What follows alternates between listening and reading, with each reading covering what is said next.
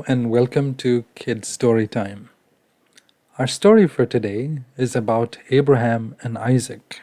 It's a very beautiful story that, again, a lot of the children might know, but this has so many things that we can learn from and be blessed by in terms of what we can understand from this beautiful story.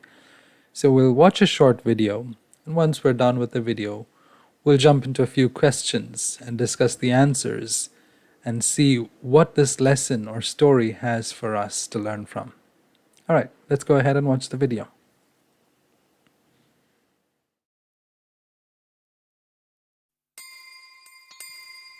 Abraham and his wife Sarah were very rich. They had lots of camels, lots of possessions, and many servants. But they were missing something very important. They had no children. One day, God gave Abraham a promise that he would have many descendants, more than the stars in the sky or the sand on the seashore. Impossible, thought Abraham. I'm too old to have kids. My wife is too old. Sarah did not believe the promise and could not wait, so she decided to give her servant Hagar to Abraham so he could conceive a child with her. And so they did. A boy named Ishmael was born. Though Sarah made her own plans, God did not break his promise. Even though it was physically impossible for Abraham and Sarah to have any kids, God gave them a baby boy. Abraham was 100 and his wife Sarah was 90 when they had a precious child. They named him Isaac. As Isaac grew older, Abraham loved him even more. He taught him about God, and Isaac was a daily reminder of God's faithfulness and promise. But then, something happened. God was going to give Abraham a test. God told Abraham, "Take your son Isaac, sacrifice him to me." Abraham was heartbroken. But he loved God. He knew that he must obey God. He knew that God was good and that God would keep his promises and provide another sacrifice. Early the next morning, Abraham, Isaac, and some servants set out to sacrifice to God. They loaded up the donkey with wood and traveled for 3 days to get to the right place. It was called Moriah. They climbed the mountain, and Abraham built an altar. Isaac did not see any animals for the sacrifice and did not understand what Abraham was about to do. Abraham assured Isaac that God would provide the offering himself. With tears in his eyes, pleading to God, Abraham tied up his son upon the altar. He was grieved beyond description. He was heartbroken. Then Abraham lifted the knife to offer his son's life as a sacrifice. But something happened. A voice spoke. "Abraham, Abraham." It was an angel's voice, speaking for God. "Don't harm the boy. I know that you fear God, since you were willing to sacrifice your son in obedience to God." Then the voice told Abraham to look at a nearby bush. There was a ram caught in a thicket. Abraham was overjoyed. His son Isaac would live. God had provided a sacrifice. God would always keep his promises. Abraham took the ram and sacrificed it to the Lord. It was a beautiful lesson God showed Abraham. One day, the Messiah, Jesus, God's only Son, would be given in a similar way as the sacrifice for the sin of all mankind.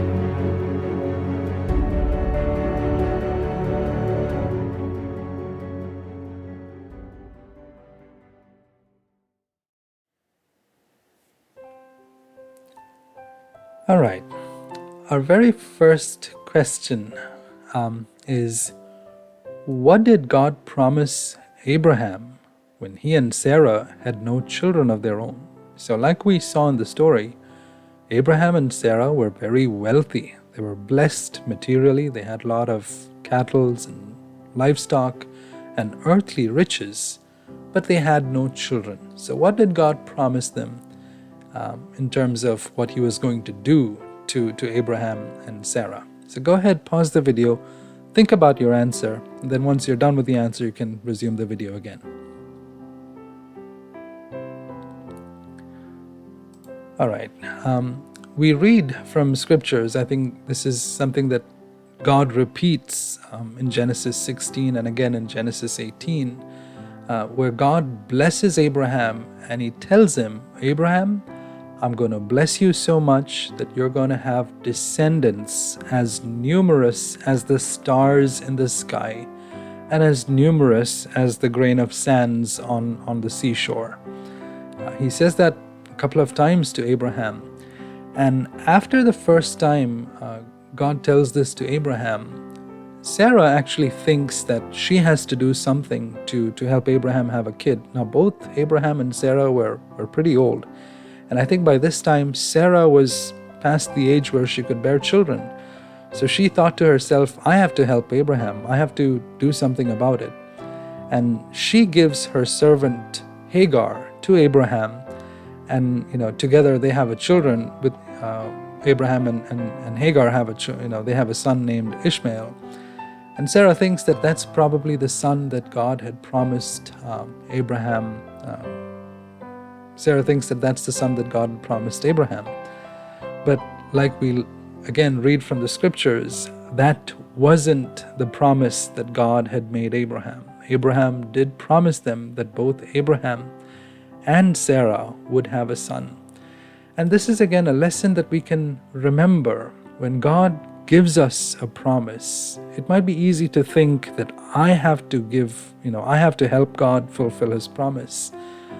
But the truth is that God waits for us to come to an end of ourselves when we can no longer do anything about the circumstance or the situation in our own might and strength. That is when God is able to fulfill his promise and fulfill the things that he has promised us. And that's what we learn from this example here. When God promises a son for Abraham, at first Sarah tries to take care of that promise in her own way. And then we realize that that was a mistake and that was not the way that the Lord wanted it to be. All right, another question now. How old was Abraham when Abraham and Sarah, when they had a son, Isaac? How old was Abraham? Go ahead, pause the video and think about what your answer would be. All right, so if you guessed 100 years, you're probably right. Abraham was 100 years old, and his wife Sarah was about 90 years or more when their son Isaac was born. Now, a 100-year-old man and a 90-year-old woman, they are way past their childbearing age. And in a sense, I believe that was what God was waiting for. God was waiting for Abraham and Sarah, both of them, to be way past the age where they could physically bear children in their own strength. And God waited for that to happen. And only when they had come to that point where they couldn't do anything about it themselves, that was when God decided to fulfill his promise by giving Abraham and Sarah a son, and they named him Isaac. All right, our next question. So like we saw in the previous questions, God gives Abraham a son, Isaac, and I can imagine Isaac would have been the apple of Abraham's eye and Sarah's eye. They would have loved him so dearly, so tenderly. And this boy grows up, I think he's about 13 or 12 years old, a teenager. And at this point, God tells Abraham something. He wants Abraham to do something with Isaac. So what did God tell Abraham to do with Isaac? So go ahead, pause the video, think about the answer, and once you're done with the answer, you can resume the video.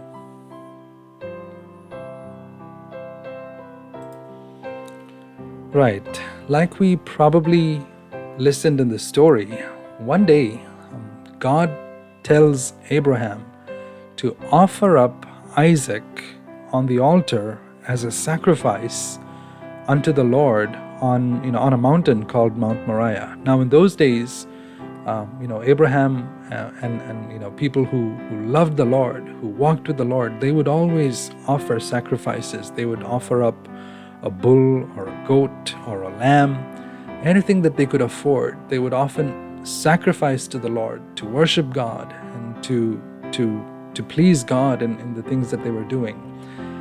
And now what God is demanding of Abraham is that he's telling him, Abraham, I want you to offer your beloved son Isaac for me, just like you would offer a lamb or a bull or a goat or any animal for that matter. I want you to offer Isaac for me as a sacrifice. This was probably a very, very hard test for Abraham, and we're going to see how Abraham deals with it in the next question. Now, one of the things I wanted to ask the children is, why did the Lord want to test Abraham like this? Abraham, like we've seen in the stories before, he was faithful all throughout his walk with the Lord. When the Lord called him to leave his family members and, follow him and go to this strange land, Abraham immediately obeyed and followed God. When it came to, sharing the land with his nephew Lot, Abraham was generous and said, Lot, you can have the best portion and I will have whatever you leave. And later on in scripture, when Lot is in trouble with one of his enemies, Abraham actually goes in and rescues Lot from the enemies there. So he's a man who's always fearing God, always walking with God. So why did the Lord want to test Abraham, here with Isaac? What was the point behind it? So think about it. And again, this is not a right or wrong question. I just wanted, children to think about what would be the reason why the Lord allows such a test in Abraham's life. And then think about it. And once you come up with some answers, you can then come back and resume the video.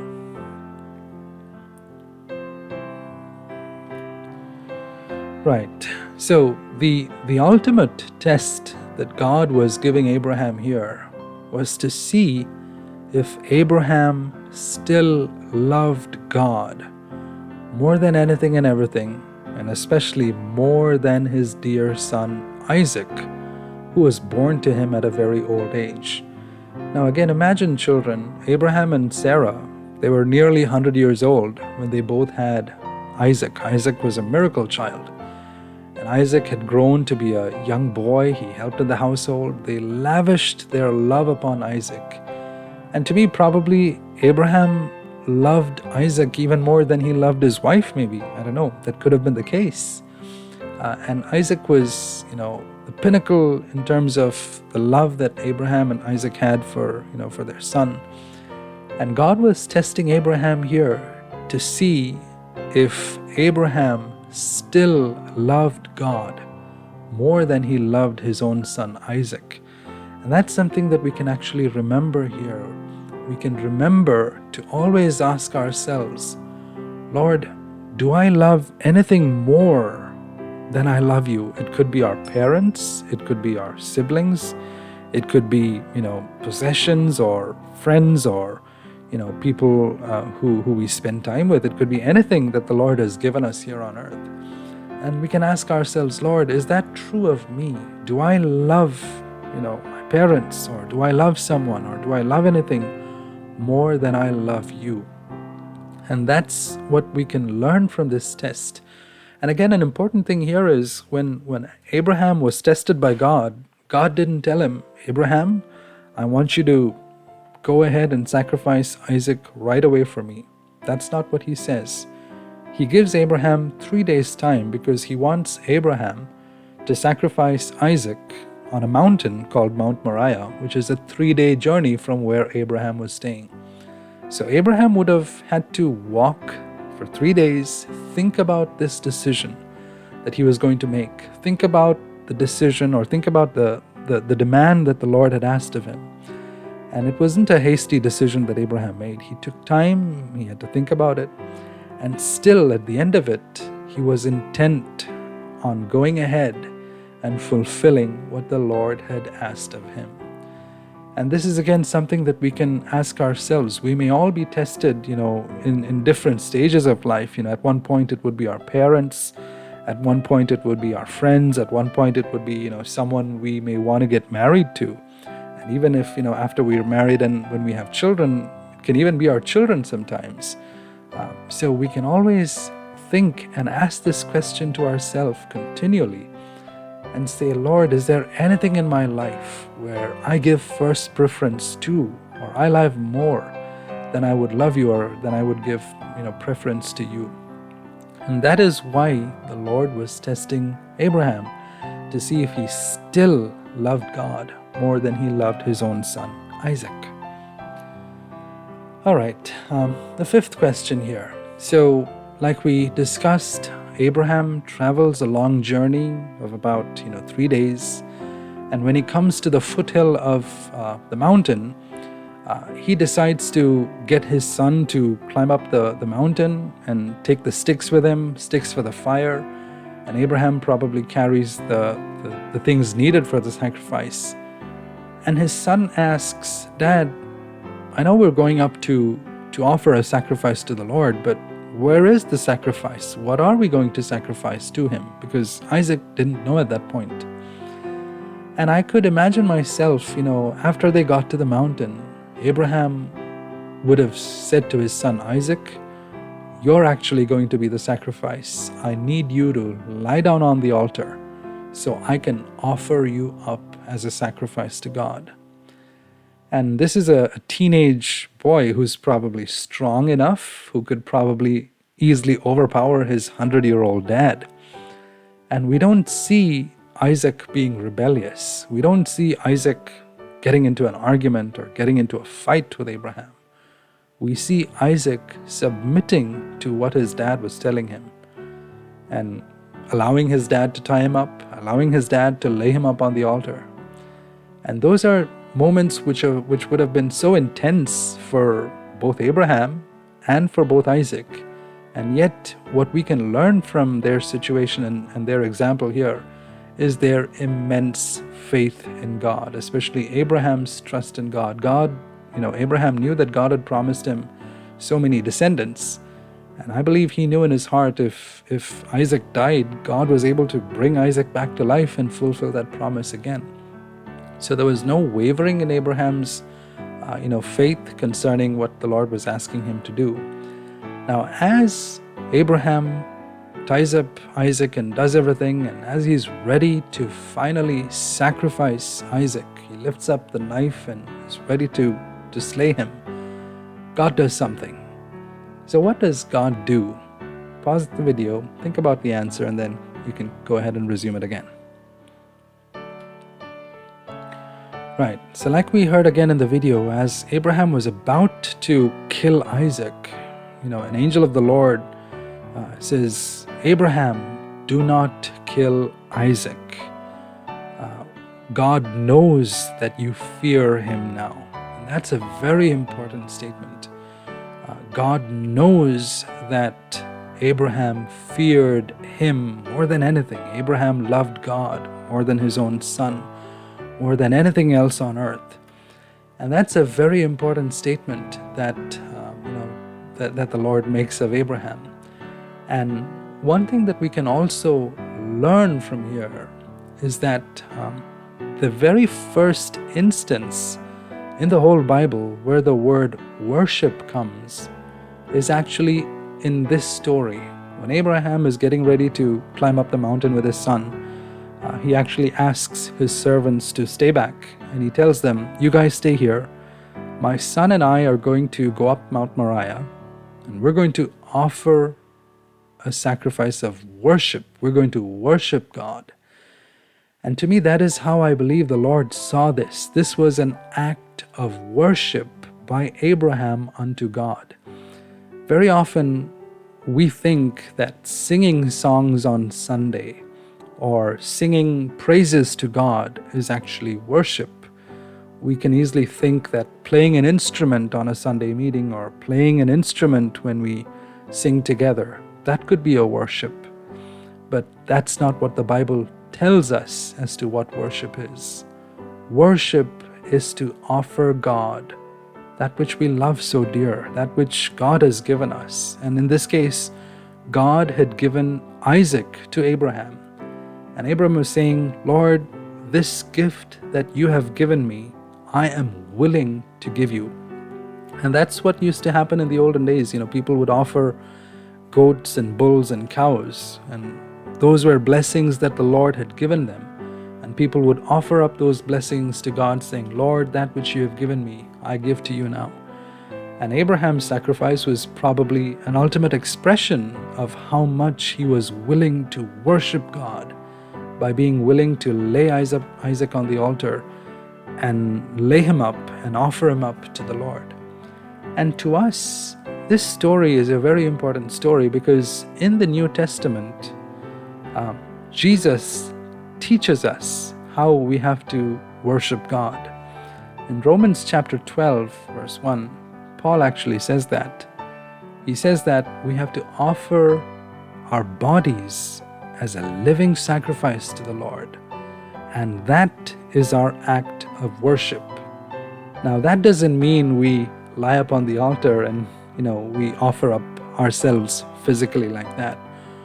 What that actually means is that we offer members of our body to the Lord and say, Lord, I want to use these members of my body just the way you want me to use them. So it could be my eyes, and I can say, Lord, I want to offer up my eyes to you and not look at anything evil, and not lust after anything evil, and not covet anything that you haven't given me. I want to be careful to guard these eyes so they see only what you want me to see, and they bring pleasure and glory to you in me making sure that I don't see what my flesh wants to see, but I see only what you want me to see, Lord. And that is an act of sacrifice, because in this world there are so many lustful things that we can look at, that boys and girls can look at. There are so many tempting things that we can yield our eyes to. And when we slay that and say, no, I am not going to look at that provocative image or dirty picture, because that is not something that will bring God pleasure, and I want to guard my eyes for God. That is how we can offer up our eyes as a sacrifice to the living God.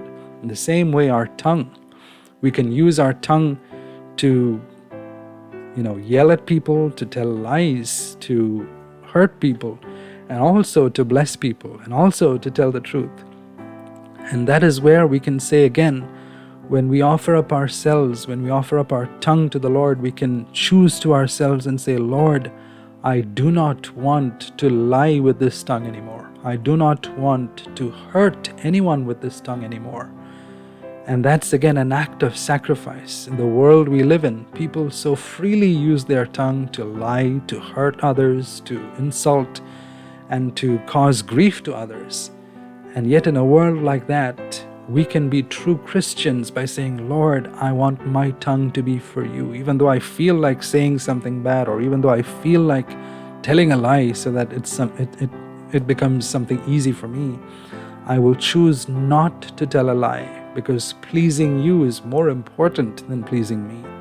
The same goes for our hands. We can do whatever we want to do, but we can say, Lord, I don't want my hands to do whatever my flesh and my will wants to do, but I want to do only what you want me to do, Lord. And if it means I'm tempted to do something bad, tempted to touch something bad, I will not do it, because I'm going to slay it on the altar and do only what you want me to do. The same goes for our feet. So if you can imagine this picture, part by part, we are laying up our body on the altar and telling God, Lord, I want to use this body only for things that please you, only for things that are right with you, and never for sin, never to grieve you, never to cause you grief, because I love you more than anything in the world. I love you more than sin. I love you more than all the pleasures that sin can offer me. You mean more to me, God. And that is why Paul says in Romans 12:1, that is our greatest act of worship. Putting money in the offering box isn't our greatest act of worship. Singing on a Sunday morning or preaching on a Sunday morning or doing anything on the outside where others can see and say, you're doing something for the Lord. None of that is our act of worship. But our act of worship is when we lay up ourselves spiritually on the altar and give up our bodies for Christ, where He can dwell in our eyes, dwell in our tongue, dwell in our hands, dwell in our feet, dwell in our heart, dwell in all our body. That is when we can truly say, Lord, I offer you with I worship you by offering my body as a sacrifice to you. That's the picture we can actually learn from what Abraham does here when he does the first act of worship by offering up his son Isaac to the Lord. All right, so our last question, what can we learn from the story? I think we discussed a lot of this in the previous question of what this means to us. But again, I'll still open up the question to the children. If you have any thoughts of what you think this story has for us, what do we learn? Go ahead, pause the video, and think about your answers and then resume the video. All right, so like I think we probably first discussed in one of the earlier questions, the test that God was giving Abraham here was to see if he loved God more than his own son Isaac. And that's the most important thing at the end of the day. If you remember when someone actually asks Jesus, what is the greatest commandment? And Jesus says, the greatest commandment is that you should love the Lord with all your heart, with all your soul, with all your strength. And that means to love God more than anything and everything.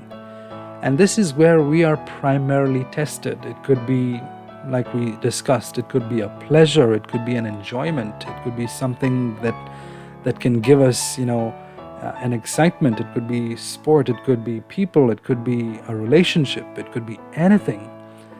And we can always be tested there, and we can choose to remain faithful in all those areas where we say, Lord, I want to love you more than I can love any of these other things. You mean more to me. Obedience to you is more than anything to me. And that's something that we can learn. We can also learn Abraham's act of faith. Abraham wasn't afraid that if he killed a son, he would no longer have any descendants. He knew that it was God who promised him descendants. So if he had to kill Isaac, God was faithful to continue to fulfill his promise in any other way. It could be raising Isaac or whatever it was. Abraham, lived and acted in faith. And we also learn that this act of faith or worship was something that pleased the Lord very, very much. And we actually find that out later on in the book of 2 Chronicles, when God gives David the plan to build the temple in Jerusalem. And then Solomon actually builds the temple. The spot where that temple had to be built was chosen by God. And God chose the very spot where Abraham had chosen to offer his son Isaac, which was on Mount Moriah. That very first act of worship was the place that God chose to show to David and then eventually Solomon as to where they had to build the temple or where they had to build the church. And that is again a very important lesson for us, because if we seek to be part of a church, if we seek to be part of a church for the living God, what we learn from here is that a true church for God is always built on worship. Not just worship that comes from singing and praising Him and playing instruments. That isn't true worship.